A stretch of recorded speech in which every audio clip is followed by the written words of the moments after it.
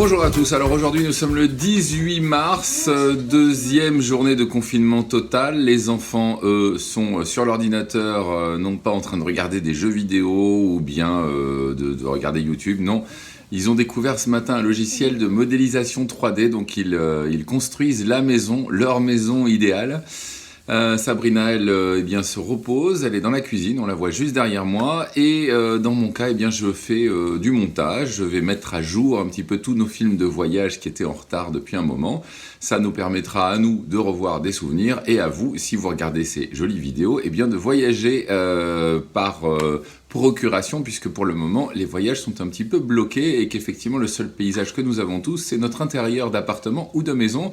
Avec jardin pour ceux qui en ont. Nous, on a des balcons, ça nous permet de voir qu'à l'extérieur, dans les rues, il n'y a plus personne, car finalement, assez peu de Parisiens sont vraisemblablement restés sur place.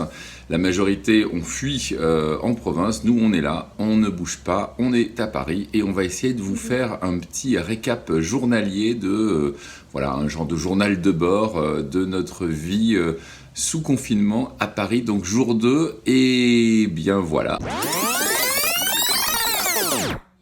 Donc nous sommes le 13 mars et aujourd'hui journée un peu spéciale car c'est la première journée post-annonce d'Emmanuel Macron, notre président.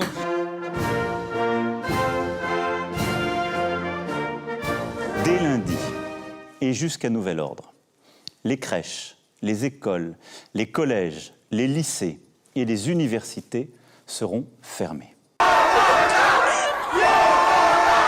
Et nous préparons tant bien que mal les jours à venir, c'est-à-dire avec les enfants qui vont être à la maison. Alors eux étaient ravis hier d'apprendre qu'ils allaient pouvoir rester à la maison, anticiper un petit peu les vacances. On leur a expliqué que ce n'était pas le cas car il y avait des applications qui permettent de travailler. Donc nous allons travailler et suivre le processus. Bon là, on voit bien derrière, Adam lui il n'est pas en train de travailler. On a sorti les raquettes et puis on va faire un petit ping-pong à la maison. Voilà, on essaye de trouver des activités originales.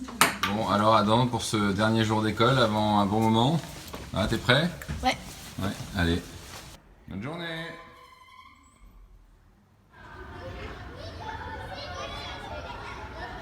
Voilà, il est là. Qu'est-ce que tu penses de ta dernière journée d'école pour le moment? Ça va être trop bien et en plus sur les groupes WhatsApp, il y a des enfants qui ont dit qu'on allait amener des bonbons, alors moi je viens juste pour prendre des bonbons. Voilà. Tu viens pour les bonbons quoi, c'est tout. T'as pris ton sac? Oui. Ok. Bonne journée. En tout cas, ça va faire d'inquiéter grand monde, c'est les gens qui vous terrassent des cafés. Alors, ça y est, j'y suis, rue Sainte-Marthe, ici, voilà, rouge d'eau. Il n'y a pas encore la devanture, mais le patron est là et on va faire voilà, des petits travaux quoi, enfin des petits travaux. On va vaquer. On va vaquer, voilà, c'est ça, vaquons aux travaux. Allez, c'est parti.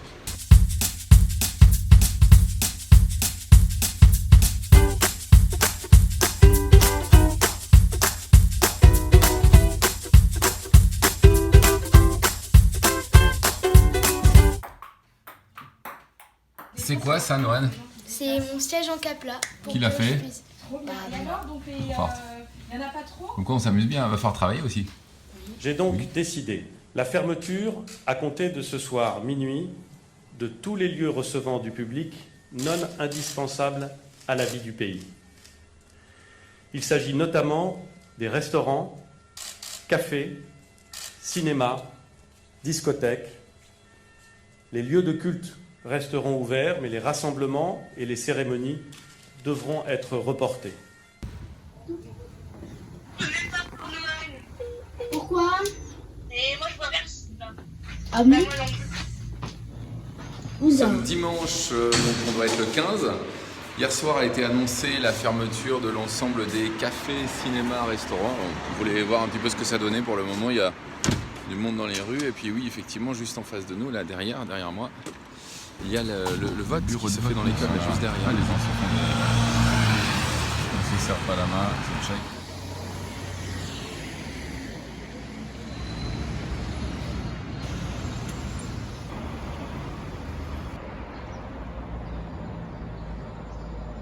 C'est bien vide, hein. Ouais, les enfants ils en avaient. On n'en avait pas de celle-là. Ah oui, là c'est rigolo, On regarde. y était hier, là il n'y a plus rien. Donc ce matin, on essaye de travailler, mais malheureusement, les sites internet sont pris d'assaut. Et moi, je suis en train d'essayer de me connecter à École Directe, le site, la plateforme de Noan.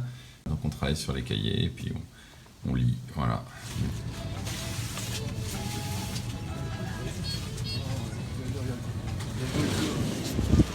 Tout ça est assez surréaliste. On est dehors en train de se balader. Il y a un monde de dingue.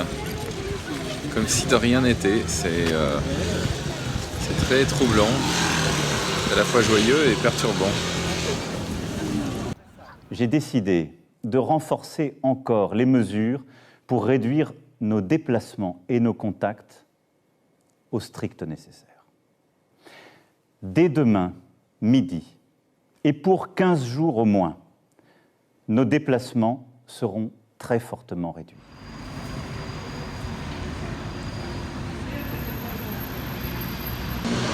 Il n'y a personne dans les rues, à part quelques scooters de livraison. Derrière rien, devant rien. Jamais vu Paris comme ça. Les gens sont tous partis ou bien calfeutrés. Moi je vais chercher des médicaments pour la maison. Et j'ai mon petit papier. Petit footing, on les voit pas encore. Ça va le footing ?